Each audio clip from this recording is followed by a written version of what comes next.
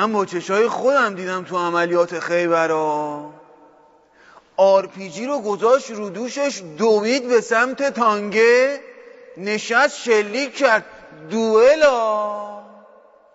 بعد شلیک یهو دید RPG رو برعکس گذاشته رو دوشش. خیلی جیگر میخوادا.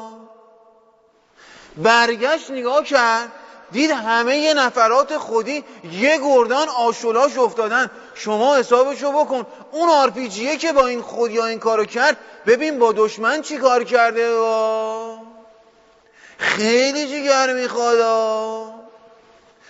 باهاش جیگرکی کار کرده باشی که بدونی آقا جون. آقا برای پیشبرد خط ولایت باید آماده باشیم، باید جیگر داشته باشیم. این هواها